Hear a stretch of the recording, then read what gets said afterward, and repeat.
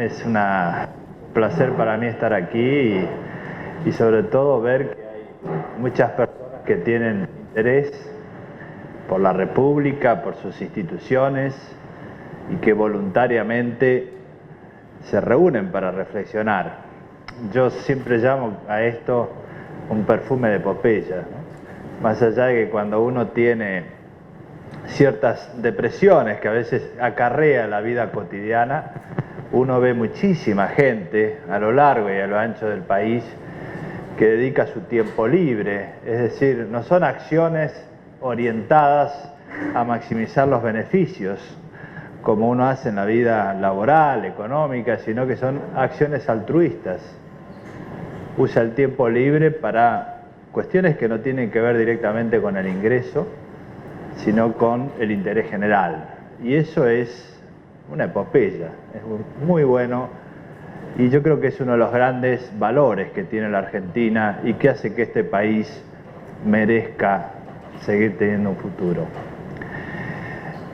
El tema institucional y la República es un tema del cual se habla muchísimo cotidianamente, pero que en realidad hay muy poco escrito. Es muy difícil teorizar sobre las instituciones y hay muy poco que se haya dicho en relación a cómo funcionan. Yo creo que lo más importante es, si ustedes me permiten, plantearle 3 o 4 núcleos de problemas que yo veo en las instituciones argentinas, que son teóricos, pero ustedes los van a entender perfectamente. Y luego, ustedes preguntan, a gusto del consumidor y a la carta. Primer problema, ustedes habrán visto que en la Argentina se habla de un modelo nacional y popular y de un modelo republicano. La terminología de modelos implica que no son perfectos, sino que son instrumentos que se utilizan para pensar y también para dar una visión de qué es lo que se quiere hacer. Estos dos modelos han estado presentes a lo largo de la historia argentina. Si nosotros hacemos un poco de mirada al pasado y vemos los tiempos en los cuales esta casa fue construida y las razones por las cuales lo fue, nosotros vemos que en los primeros años del país había unitarios y federales. Y esas divisiones continuaron. Los federales fueron continuados por algunos movimientos populares, por todos conocidos. Y esa es la corriente nacional y popular. Y por el otro lado se generó una corriente republicana. Estos dos modelos estuvieron siempre separados a lo largo y a lo ancho de la historia argentina. Hay libros que se han dedicado a estudiar esto, por ejemplo el de Nicholas Shumway, que es un historiador de la Universidad de Yale, admirador de Borges, que se pasó unos años aquí y escribió un libro sobre la dificultad que tiene la Argentina de construir una ficción, analizando aquellos años. Y sobre todo por qué todavía seguimos hablando de unitarios y federales separados. Y él cuenta que cuando presentó el libro, invitó a todos los que había entrevistado y se volvieron a pelear en la presentación del libro, los unitarios y los federales. Es decir, esta incapacidad de construir una ficción común es un problema que todavía tenemos. Y por eso, uno de los grandes desafíos de nuestra generación es examinar estos modelos y ver de qué manera nosotros podemos construir una superación que llevamos desde el fondo de nuestra historia. Porque el modelo nacional y popular tiene algunos condimentos generales, con muchísimos matices y cosas que se dicen y que a veces no son, pero en realidad el modelo nacional y popular se basa en la idea de que está el pueblo, de que el pueblo es el que decide, que las mayorías son las que gobiernan y que estas mayorías tienen facultades de tomar decisiones y estas decisiones son legítimas simplemente porque está la mayoría. Argumento que escuchamos aún hoy, pero es un argumento que viene desde el fondo de nuestra historia. Y estas mayorías, a su vez, generan procesos históricos muy conocidos.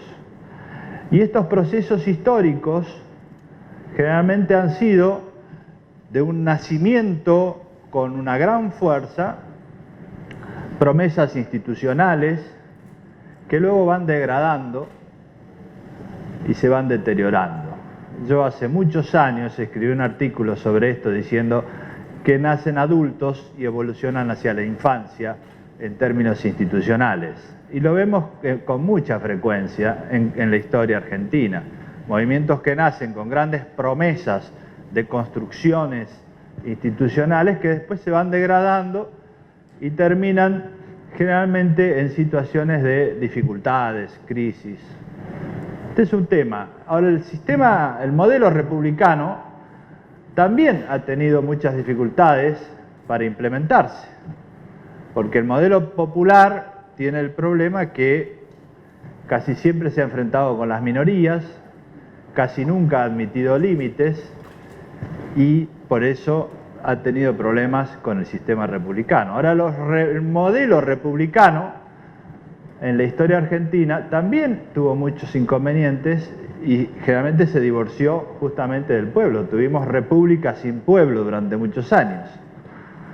Esta idea de la república sin pueblo también ha sido traumática. La idea de que puede construirse un Estado, una sociedad con instituciones que excluyen a una buena parte de la población o que no se preocupan por la solución de sus problemas concretos, también es traumática, porque genera tensiones en la base social y esas tensiones nunca fueron soportadas. El sistema empieza a sufrir estas tensiones hasta que también entra en estado de crisis. Los dos modelos han demostrado ser insuficientes por sí mismos para ocupar todo el espacio de la gobernabilidad del país. Y esto lo vemos con mucha frecuencia en todos los años de nuestra historia. Entonces, uno de los grandes desafíos institucionales es construir generacionalmente, nuestra generación, un modelo que sea nacional, popular y republicano, que en definitiva es lo que dice nuestra Constitución. Por eso nosotros, desde la Corte Suprema, lo hemos dicho con toda claridad, porque ¿cuál es nuestra visión en este campo? Es que hay una Constitución que establece una cantidad de derechos fundamentales, derechos sociales, económicos y sociales, que es necesario desarrollar. El derecho al trabajo, el derecho a las pensiones, todos los derechos que ustedes conocen que son económicos, sociales, que hacen que la gente tenga, como dice John Rawls, un paquete de bienes primarios básicos, sin los cuales es imposible que nosotros nos llamemos ciudadanos, porque si no tenemos un mínimo de educación, si no tenemos un mínimo de acceso a oportunidades, igualdad real de oportunidades, como dice la Constitución, la ciudadanía es una caricatura. Con lo cual, tenemos aquí una visión que podemos decir es progresista, porque nuestra Constitución lo es. Nuestra Constitución, con la reforma del año 94, establece un progresismo, y ese progresismo además está avalado por la Convención Americana de Derechos Humanos. Es decir, que hoy en día esta idea del progresismo está en la Constitución, pero la Constitución también tiene una primera parte que habla de la República, de la división de poderes, y entonces la cuestión es construir un progresismo republicano. Este es el mensaje que ha intentado dar la Corte a través de sus fallos y muchas veces expresamente, y lo hemos dicho este año en la apertura del año judicial. Es necesario, el gran desafío de esta generación es dejar atrás esas divisiones irreconciliables de nuestra historia, y la manera de dejarlos atrás es admitir que tiene que haber una expresión del pueblo, expresada en las urnas y respetadas, pero también hay límites, porque las mayorías pueden cometer injusticias. Las mayorías pueden declarar la pena de muerte, pueden perseguir a alguien, pueden decir que el nazismo está bien. La historia de la humanidad está plagada de malos ejemplos de las mayorías. Entonces es necesario que exista la república como límite, como contrapoder para proteger a las minorías. Y también es muy necesario que este sistema republicano no sea un sistema vacío o una casa construida para que nadie la habite, sino que debe estar llena de pueblo. Y el pueblo necesita que tener derechos. No nos olvidemos que hay un autor que ha llamado Walser que habla de la lotería natural. Nosotros no sabemos dónde vamos a nacer y muchas veces nacemos en el norte, en el sur, en el este, en el oeste, una familia rica, una familia pobre, una familia con dramas en los padres. No sabemos dónde nacemos y esta es una lotería. Y ahí hay una injusticia inicial que el Estado debe corregir, que la sociedad debe corregir, tratando de hacer que todas esas diferencias no sean frustrantes, sino que todos tengan igualdad de oportunidades, y eso se hace mediante la educación. Es decir, necesitamos el diseño de un paquete de bienes primarios básicos para que todos seamos realmente iguales en las oportunidades que tenemos en la vida. Entonces, el primer problema es conciliar la tradición republicana. Ustedes todavía hoy ven muchos que hablan de la república, pero no hablan del pueblo, y otros que hablan del pueblo y no hablan de la república. Entonces, conciliar estas tradiciones es hablar de un progresismo republicano, que está en el programa de nuestra Constitución, es claro, pero hay que darle significado. Hay que tener una posición clara en este aspecto, porque es la única manera en la cual nosotros podemos tener un país unido. Unido porque así vamos a tener consensos básicos. Segundo gran problema, ¿por qué nosotros no tenemos consensos básicos? Y aquí es importante analizar el diseño de las instituciones en nuestro país. Hay dos modelos. Uno es el modelo concentrado descendiente, que nosotros hemos tenido a lo largo de nuestra historia, que tiene su explicación justamente en nuestros orígenes. Hubo una época que las decisiones la tomaba el rey porque era el representante de Dios en la tierra. Luego se dijo que era el pueblo, pero siempre las tomó el rey. Luego el virrey, luego el presidencialismo excesivo, fuerte. Y entonces nosotros tenemos toda una tradición en los países de América Latina en la cual el presidencialismo es fuerte. Y por más que nosotros tengamos leyes de todo tipo que puedan decir lo contrario, el sistema funciona con decisiones centrales que van descendiendo hacia la base. Así en todos los campos. Ustedes seguro que tienen a alguien en mente, pero piensen la historia argentina, piensen fuera del sistema político, las decisiones en el fútbol, no las toma Atlético de Rafaela, las toma la AFA. En todo, la FIFA, está todo muy centralizado, ¿eh? Los sistemas institucionales están muy centralizados.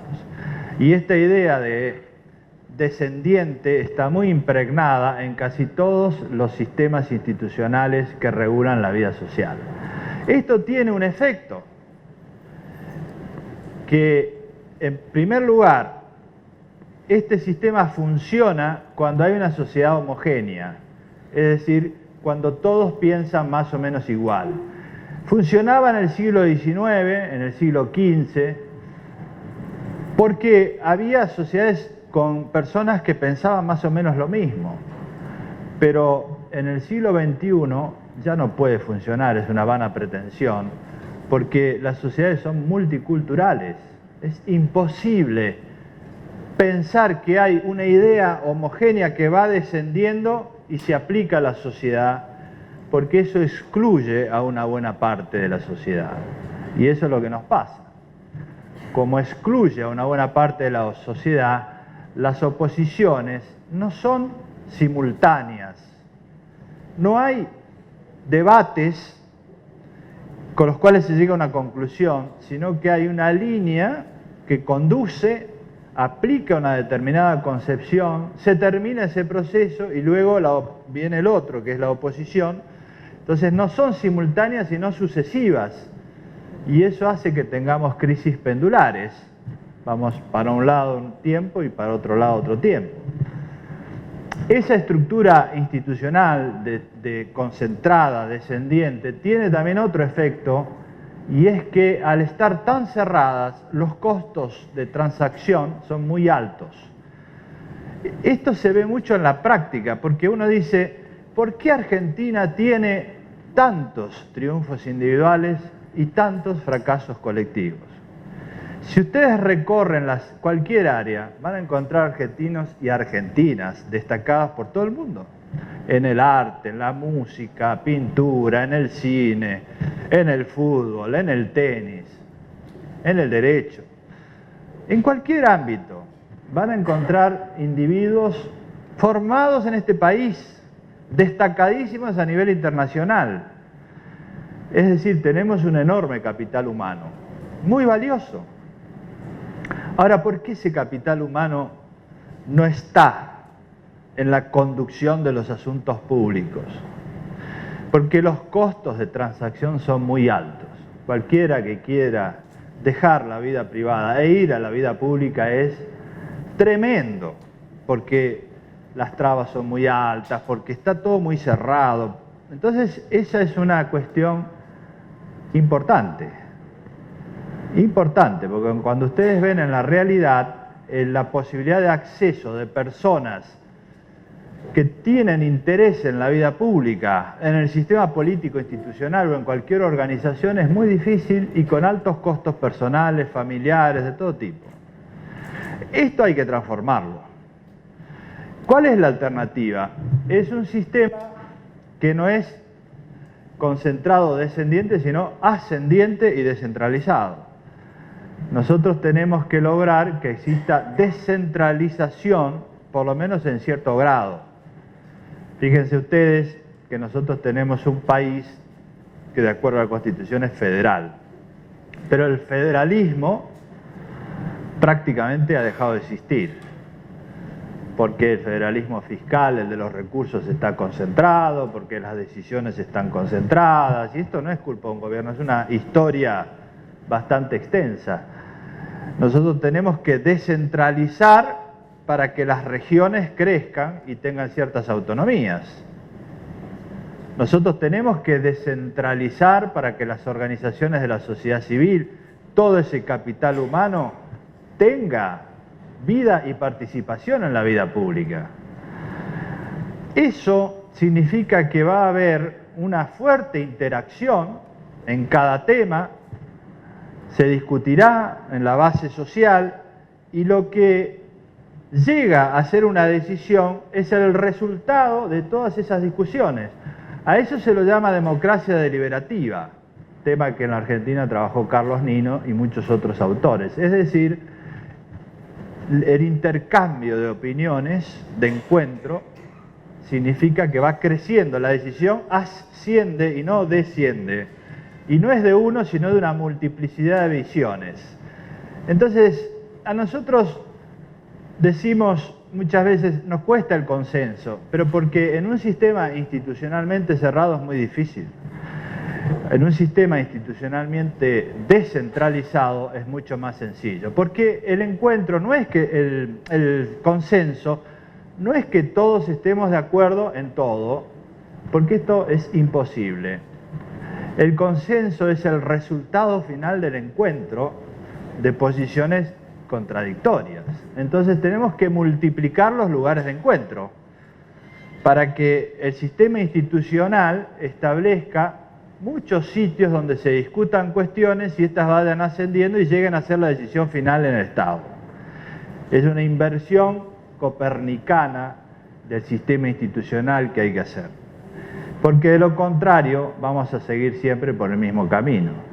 Si nosotros discutimos en la base de la sociedad, va a haber dos efectos que van a neutralizar los defectos que tiene el sistema anterior. El primero es que no va a haber tantas oscilaciones pendulares, porque al haber discusión, oposición simultánea, no es necesaria que sea sucesiva.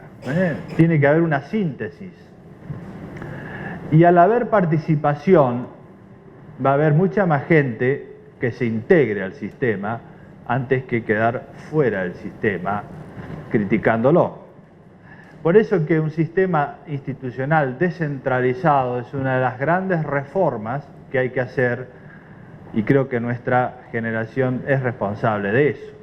¿Qué hacemos en la Corte en este tema? Nosotros lo aplicamos constantemente porque cuando hay un caso difícil, lo que sería más sencillo es que nosotros digamos la solución es esta y se terminó.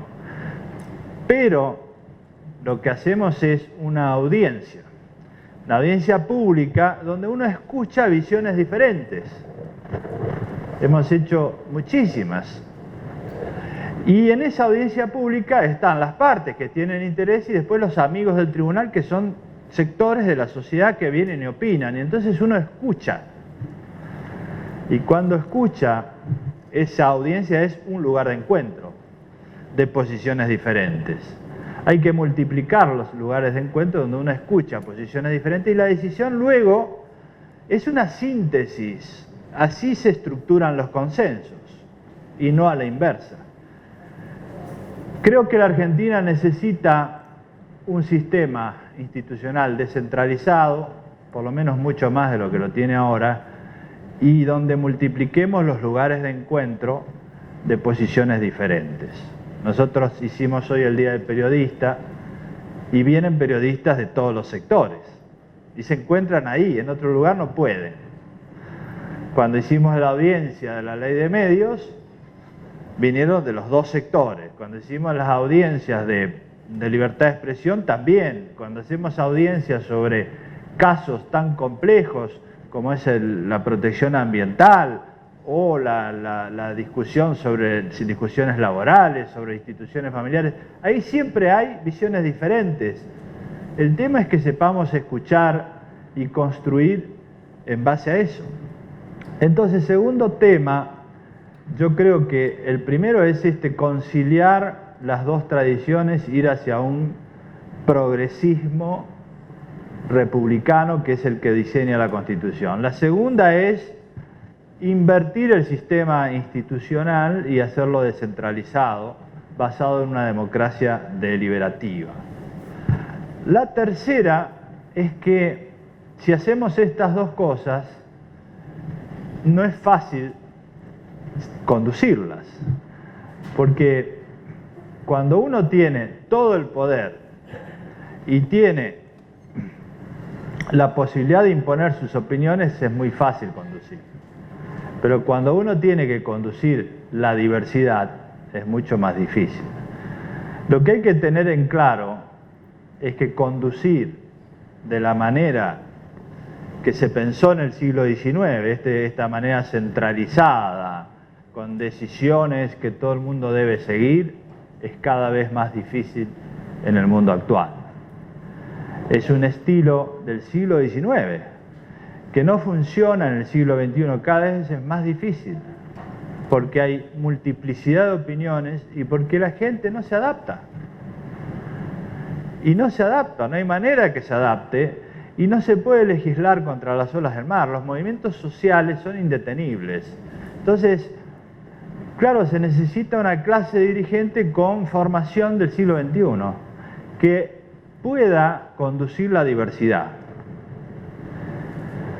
Y esto es un tema también importante, porque yo les puedo poner el ejemplo de la Corte. Cuando nosotros ingresamos en la Corte, nosotros éramos 7.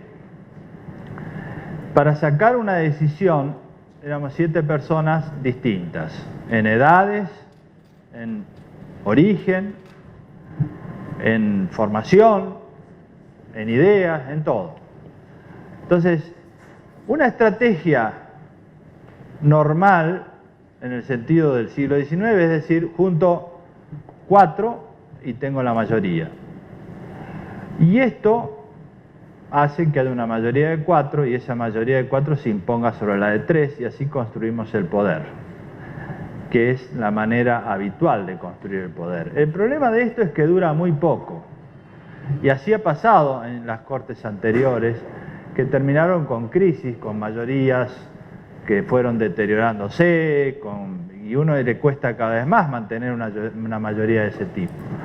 Lo que nosotros hicimos fue distinto. Cada uno empezó a expresar sus opiniones y aplicamos aquí una suerte de teoría de los juegos cooperativos. Es decir, uno va y le dice, tengo este caso, pero si ponemos 7 personas de aquí, formadas intelectualmente, con distintos orígenes, a decidir casos complejos todos los días o todas las semanas, es muy probable que terminemos todos peleados. Hay que hacer un esfuerzo para conducir la diversidad, que es entender al otro, entender su posición y ver en qué punto coincide.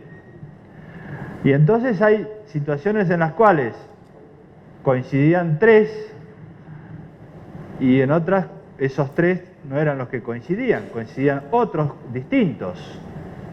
Y así, hablando individualmente con cada caso, el primer caso fue muy difícil, el segundo fue más fácil, y a lo largo de 5 o 6 años ya nos entendíamos con la mirada, sabíamos lo que cada uno pensaba y no tenemos problemas prácticamente de resolución de casos. Esto pasa en la sociedad.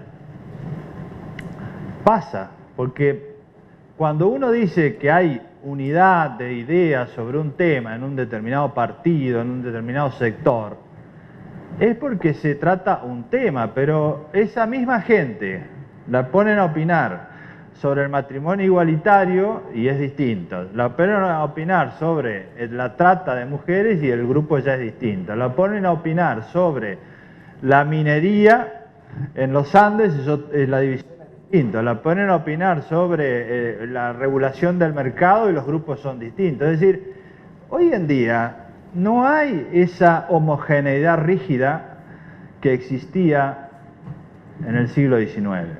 No existe. Ustedes mismos, ustedes se dan cuenta que los grupos varían. Son segmentos diferentes de acuerdo a los temas. Entonces, la conducción de hoy es la conducción de la diversidad. Es poder articular sistemas en los cuales la gente coincida en determinadas líneas de pensamiento. Y esto nos lleva a el último punto, que es importante también en el diseño de las instituciones. Las instituciones no son frías, porque si son frías, en el sentido de que no hay emociones, también es difícil que la gente se entusiasme por las instituciones, apueste por ellas. Hoy se estudia mucho la función de las emociones en la conducción de las sociedades. Hay un libro de Martha Nussbaum muy interesante y toda una escuela que ella generó en Estados Unidos sobre el valor de las emociones en la política, en la conducción de la polis, no en la política y partidaria, pero pone muchos ejemplos históricos en los países que han logrado funcionar bien, es porque han construido emociones alrededor de las instituciones. Habermas llamó a esto patriotismo constitucional. Ahora, si ustedes preguntan por ahí, nuestra gente no tiene pasión por las instituciones. Las ve como frías y cada vez más frías, porque los liderazgos no, más allá de los liderazgos personales, construir emociones sociales, unificadoras, Es algo importante porque si no, no hay construcciones de consenso. Si hay tanta diversidad de opiniones, hay que ir construyendo emociones comunes. Que este es un gran tema en la conducción de sociedades complejas como las actuales y que está muy estudiado hoy en la sociología, pero poco aplicado en nuestro país. Nosotros necesitamos crear grandes emociones. Fíjense que el argentino es racional. Nosotros somos todos un poco pesimistas, tangueros, pero nos emocionamos mucho algunas veces. ¿En cuántas oportunidades los argentinos nos hemos emocionado fuertemente detrás de grandes valores? La defensa de la soberanía. Y después nos llevaron por caminos equivocados. Pero ¿cuántas veces los argentinos nos hemos emocionado detrás de un valor comunitario? Muchísimas veces, muchísimas veces. Fíjense esta marcha que hubo ahora, ni una menos. La gente no va ahí porque hizo un análisis racional de las estadísticas, no, es emoción.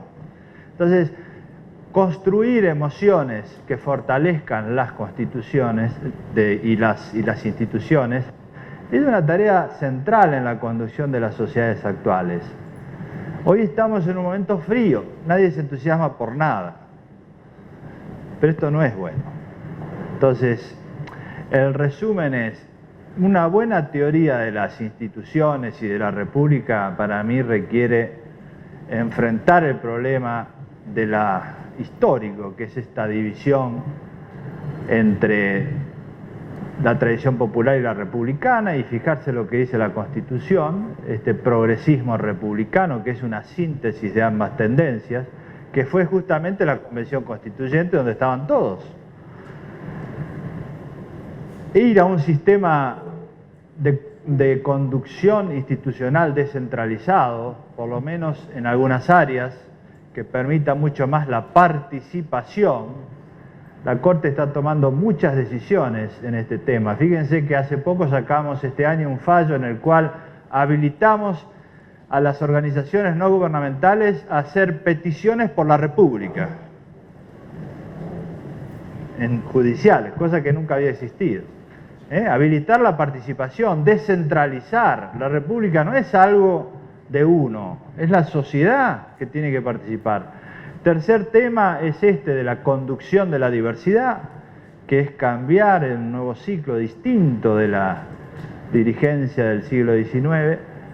Y finalmente las emociones, que no son un tema menor. Ustedes fíjense la literatura actual, cuánto insiste en esto, que no hay países que lleguen a un alto nivel de desarrollo que no tengan un destino común y que la gente crea en eso. Tal vez uno se ríe de los norteamericanos que a veces hacen todo un escenario y uno dice, pero esto parece la escuela primaria. Pero esto lo tienen muy estudiado. Son construcción de un destino común.